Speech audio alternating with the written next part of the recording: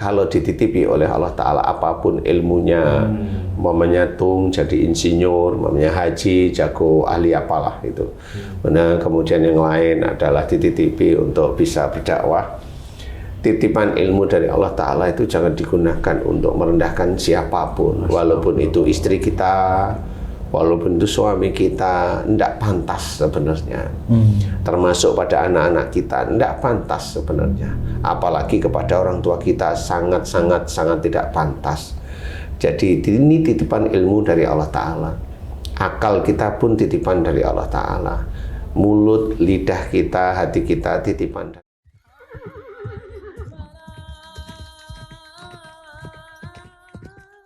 Bismillahirrahmanirrahim. Assalamualaikum warahmatullahi wabarakatuh. Waalaikumsalam warahmatullahi wabarakatuh. Amin. Sahabat beriman dimanapun berada, kita jumpa lagi di Ustadz Danu Official Channel. Semoga kita selalu dalam lindungan Allah Subhanahu wa Ta'ala. Amin ya rabbal alamin. Di video kali ini seperti biasa kita akan ngaji lagi bersama guru kita semua, Pak Ustadz Danu. Assalamualaikum Pak Ustadz. Waalaikumsalam warahmatullahi wabarakatuh. Amin ya rabbal alamin. Saya juga sudah ditemani oleh sahabat saya nih, Bang Jainuddin. Dari mana Ji? Dari Kayu Manis. Assalamualaikum Bang. Waalaikumsalam Pak Tung. Amin. Amin, alhamdulillah. Sahabat beriman dimanapun berada, ini ada satu kasus yang akan saya tanya nih kepada guru kita Pak Ustadz Danu. Pak Ustadz, ini mau curhat sedikit. Dulu nih Pak Ustadz, waktu saya masih kerja nih kan sering rapat ya, rapat rakor lah gitu Pak Ustadz. Dalam rakor kan biasa tuh ada direksi, direktur lah, ada JM. Di dalam rapat itu ketika saya pernah nih Pak Ustadz menyampaikan sesuatu gitu ya, tentang proyek. Itu direkturnya bilang, oh sudah, kamu nanti aja, kamu itu nanti aja. Ini biar yang lain dulu. Oke, sabar masih. Yang lain udah nyampein. Giliran saya nyampein, kamu nggak usah. Gitu. Jadi kayak saya merasa, kok direndahin ya gitu Pak Ustadz. Untung nggak skeso waktu itu Pak Ustadz. Untungnya, saya mikir, apa emang bos-bos itu boleh gitu seenaknya ngerendahin anak buahnya gitu, anak buahnya gitu Pak. Bilang untung nggak skeso, kalau skeso kenapa? Kalau skeso kan saya harus berobat. Berarti kalau skeso saya takutnya gini, nanti pulang ke rumah, siapa ya ini? Ngeri banget tuh. Wah ngeri banget tuh Ji. Bismillahirrahmanirrahim. Assalamualaikum warahmatullahi wabarakatuh. Waalaikumsalam warahmatullahi wabarakatuh. Amin ya rabbal alamin. Alhamdulillah. Jadi kayak seseorang kayak ceritanya Pak Tung tadi itu kalau direndahin sekali belum ya, tapi itu saya nggak ngerti juga, bisa aja itu karena keadaan, tapi saya nggak ngerti bener ya, karena keadaan entah direktur itu mau ngomong apa nanti di belakang itu dengan kamu secara pribadi bisa seperti itu, sehingga kalau kamu cerita itu nanti kan kamu cerita di umum nih, di apa namanya, di teman-teman di floor nih ya, di floor nih. Jadi sehingga direktur itu tidak ingin cerita kamu itu diketahui oleh mereka. Sepertinya direktur udah mengerti apa yang mau disampaikan sama, kan dari awal itu kan didengerin tahu, makanya ngomongin masalah ini nih. Ini tambal sulamnya, minusnya, betul.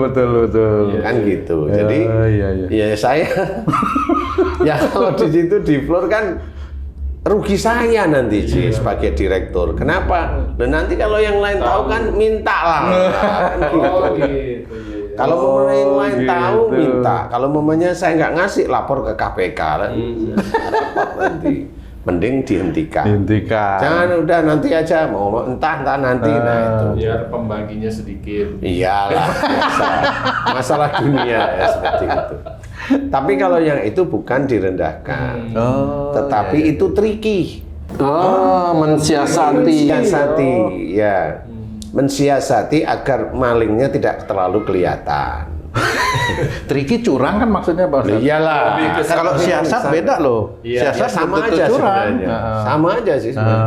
Iya. Kalau mamanya dia enggak, udah nanti. Tapi nanti selesai dapat bonusnya, dia dapat semua dikasih. Nah, ini nggak curang. Dia tricky, bersiasat tapi nggak curang. Untung dia ya. Tapi kalau kamu dihentikan, nah dia mau curang sebenarnya udah ketahuan. Insya Allah seperti itu.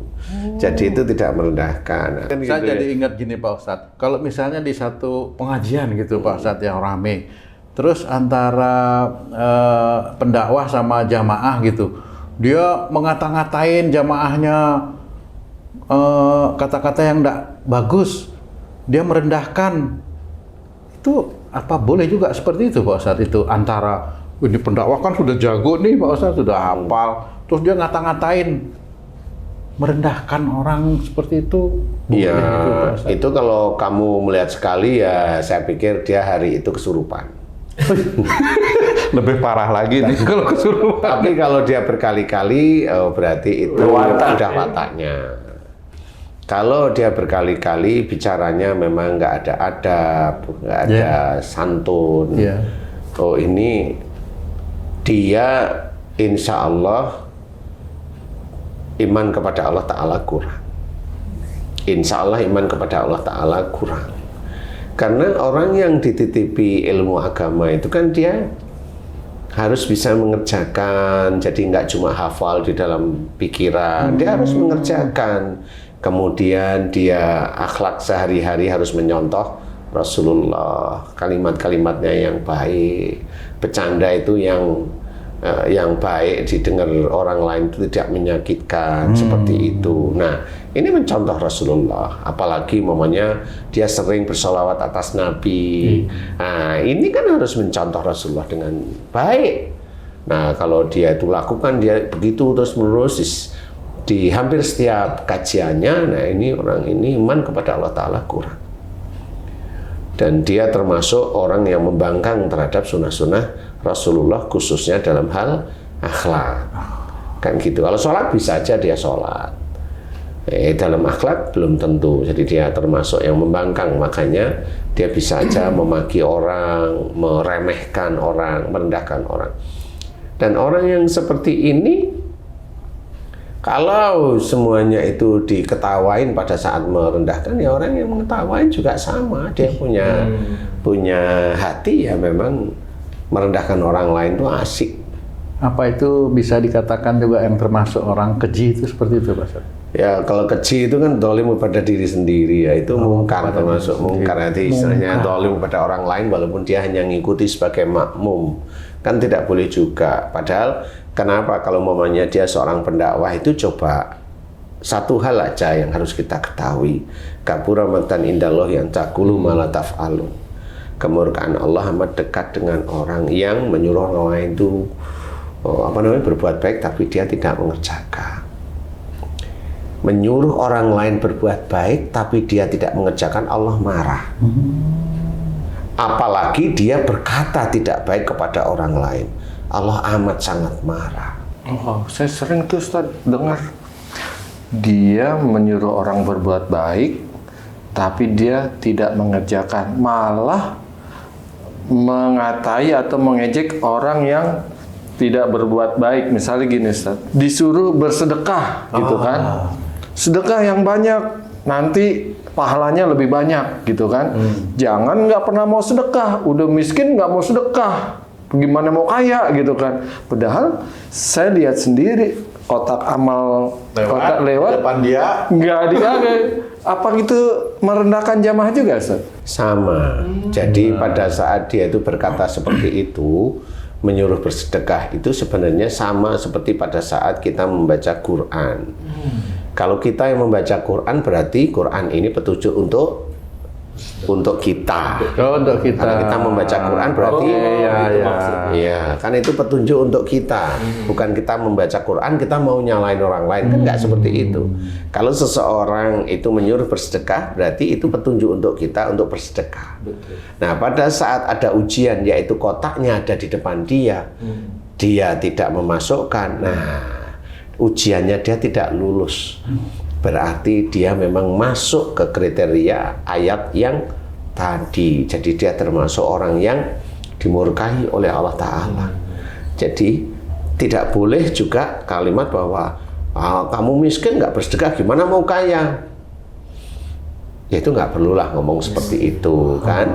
Yang namanya orang itu miskin itu orang nggak mau. Iya, betul. Orang itu semuanya nggak mau. Nah kalau nggak mau kan berarti dia menjalani takdir bahwa dirinya itu lagi tidak punya apa-apa. Kalau bagi seseorang yang bertakwa kepada Allah Ta'ala, punya adab, dia mau berkata terhadap orang, kamu miskin, itu harusnya mulut ini terkunci, nggak akan keluar. Tapi pakailah yang lain, kalimat yang lain. Jangan sampai umpamanya kita atau bagaimana kita akhirnya atau bagaimana kita memberikan pada saudara kita yang pada saat itu menjalani takdirnya tidak punya apa-apa, ya bilang kalau memang kita lagi tidak punya, ditakdirkan oleh Allah Ta'ala tidak mampu atau tidak punya apa-apa, kita ditakdirkan pada saat ini miskin, ayolah kita bersedekah, itu masih bagus. Jadi tidak menyinggung saudara-saudara yang pada saat itu memang lagi menjalani takdirnya yang tidak punya. Siapa yang mau pengen miskin? Enggak. Makanya kita tetap harus hati-hati karena kemiskinan dari saudara kita tersebut bukan yang dia inginkan. Saya bilang bukan yang dia inginkan. Tapi bisa aja itu adalah titipan dari Allah Ta'ala aja. Nah, jadi kita tidak boleh merendahkan orang-orang seperti itu. Dia kalau memang kerja susah, kan dia kerja untuk menghidupi istri, anak di rumah. Paling untung berapa, kan gitu. Jadi jangan kita itu menganggap seperti itu, sehingga kalimat yang keluar dari mulut kita itu adalah merendahkan Allah. Jadi bukan merendahkan orangnya, merendahkan Allah, benar. Seperti itu dengan kata-kata yang umpamanya kata yang G di depannya itu K di belakang itu kan ya nggak boleh sebenarnya seperti itu. Loh itu kan udah kulino saya, oh ya sudah, berarti ya memang imannya hancur minah istilahnya. Jadi ya sudah, kalau udah begitu nggak bisa diajak rembukan baik-baik, sudah. Iya, nah, memang kan ada orang yang ingin masuk surga itu dengan kesulitan. Kalau dia dikasih tahu malah ngeyel, kemudian merasa benar, nah dialah yang masuk neraka itu dengan gampang. Nah itu yang dia inginkan sebenarnya. Nah kalau memang dia itu digituin marah, lah kan marah. Berarti kamu itu ingin masuk surga. Loh kenapa mulutmu seperti itu? Iya. Jadi dia itu akhirnya menjadi munafik untuk dirinya sendiri. Kalau dibilang, oh berarti kamu memang ingin masuk neraka cepat, ya monggo gitu aja. Kan ringan ya, monggo lah, marah malahan. Loh berarti kan kalau marah pengen masuk surga. Lah tapi dikasih tahu ngeyel, menangan dewe, egois lah. Kan nggak ketemu, akhirnya dia munafik di hadapan Allah Ta'ala. Kalau yang seperti itu tuh bisa terkena penyakitnya macam apa nanti Pak Ustadz, yang merendahkan orang itu Pak Ustadz? Kalau merendahkan orang itu selama ini saya belum pernah tahu penyakit yang secara klinis ya. Bisa jadi halu juga nggak itu Pak Ustadz? Bisa aja kalau merendahkannya itu kuat terus kan gitu ya. Dia merasa nggak puas kalau nggak ngerendahin gitu. Iya benar. Ya, jadi intinya adalah kita belajar kalau dititipi oleh Allah Ta'ala apapun ilmunya, mamanya tung jadi insinyur, mamanya haji, jago ahli apalah itu. Nah, kemudian yang lain adalah dititipi untuk bisa berdakwah. Titipan ilmu dari Allah Ta'ala itu jangan digunakan untuk merendahkan siapapun, walaupun itu istri kita, walaupun itu suami kita, tidak pantas sebenarnya. Termasuk pada anak-anak kita, tidak pantas sebenarnya. Apalagi kepada orang tua kita sangat tidak pantas. Jadi ini titipan ilmu dari Allah Ta'ala. Akal kita pun titipan dari Allah Ta'ala. Mulut, lidah kita, hati kita titipan dari Allah Ta'ala. Makanya belajar kalau sudah dititipi oleh Allah Ta'ala kepandaian apapun bentuknya, belajar jangan membodohi orang lain, jangan merendahkan orang lain. Ya secara klinis orang yang merendahkan orang lain memang tidak tampak, tetapi biasanya diperlihatkan nanti. Bisa aja di dunia dengan direndahkan orang itu di hadapan orang banyak. Seperti apa itu Pak Ustadz? Ya, mamanya ada yang ceramah yang viral, ngomong depannya katanya G, belakangnya K, itu kan akhirnya viral juga. Akhirnya direndahkan oleh Allah Ta'ala, sehingga bisa aja sebenarnya orang sudah mulai tidak percaya sama dia, umpama. Tapi bisa aja kalau dia merasa tidak direndahkan, tapi dia egonya tinggi, kan bisa aja. Namanya orang kan punya ego kan masing-masing. Akhirnya dia tidak merasa direndahkan. Ya monggo, alhamdulillah. Sehingga dia mencoba bangkit. Kan gitu. Tapi ya walau alam, bagaimana orang besok, kan begitu ya. Dia memilih dia atau enggak, makanya jangan kita merendahkan. Kalaupun ada salah, keterucut omongan, masih normal aja. Kalau ibaratnya belum diberi hidayah oleh Allah Ta'ala, sehingga dalam menerangkan suatu ayat Quran atau hadis, normal saja, wong itu belum diberi hidayah. Tapi ya mbok jangan ngomong yang secara secara kalimat umum itu tidak baik didengarkan. Anak kecil mendengar pun tidak baik. Apalagi orang dewasa, orang yang merasa punya budi pekerti ya, ya seperti itu. Janganlah, nanti kita akan dibalas oleh Allah Ta'ala. Jadi jangan merendahkan orang lain, apapun bentuknya. Kalau kita direndahkan, anggap itu ujian, terima dengan lapang dada, bertasbih pada Allah Ta'ala terus menerus. Ya insya Allah orang-orang yang seperti itu, insya Allah akan selalu dilindungi oleh Allah Ta'ala dari kenistaan dunia, dan nanti insya Allah di akhirat akan dimuliakan orang-orang seperti itu. Jadi jangan khawatir kalau kamu dulu di stop sama direktur, nggak usah khawatir. Kalau itu cuma sekali, nggak usah khawatir. Kalau habis itu akhir tahun kamu dapat bonus, itu. Jadi nggak usah, itu hasil dari stop itu. Jadi kamu tidak boleh melaporkan direktur yang begitu. Saya tanya nih, ini serius nih saya tanya nih tuh. Kamu di stop. Iya, Ingat? Akhir tahun dapat bonus enggak? Dapat. Nah ya sudah, itulah uang tutup mulut. Ya sudah. Ya itu. Ya. Berarti kamu makan kan gitu. Jadi harus belajar seperti itu. Ya sudah, mudah-mudahan ini bisa menjadikan kita itu selalu ingat pada Allah Ta'ala. Semua yang ada di tubuh kita ini titipan Allah, termasuk kepandaian apapun. Itu titipan Allah Ta'ala. Jangan sampai kita ada muncul ujub, ria, bangga, bahkan sombong tentang titipan Allah ini. Nah, apakah orang yang merendahkan orang lain, di saat itu juga Allah merendahkan dirinya? Bisa, di saat itu bisa. Di saat besok waktunya juga bisa, karena dianggap timbangannya sudah cukup. Kalau orang yang sering merendahkan ini, dia harus direndahkan. Menurut Allah, bukan menurut saya ya. Di mata Allah ya. Di mata Allah ya. Jadi itu bisa aja semuanya. Makanya kenapa orang yang bersedekah yang ikhlas karena Allah Ta'ala nanti akan mendapatkan pahala. Nah kan begitu. Sama orang yang merendahkan orang lain, ya dia dapat hasilnya.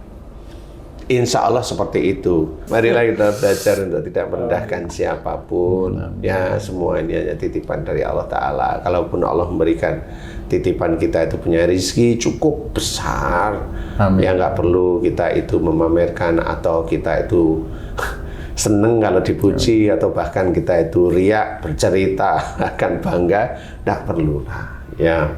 Mudah-mudahan ini manfaat. Amin. Wallahu a'lam. Alhamdulillah Pak Ustadz. Terima kasih banyak penjelasannya. Sahabat beriman dimanapun berada, mudah-mudahan Allah mudahkan kita untuk bisa mengaplikasikan apa-apa yang telah disampaikan oleh guru kita Pak Ustadz Danu dari kasus-kasus yang kita bahas kali ini. Amin ya rabbal alamin. Sampai jumpa di video kami yang lain. Wassalamualaikum warahmatullahi wabarakatuh. Waalaikumsalam warahmatullahi wabarakatuh. Alhamdulillah.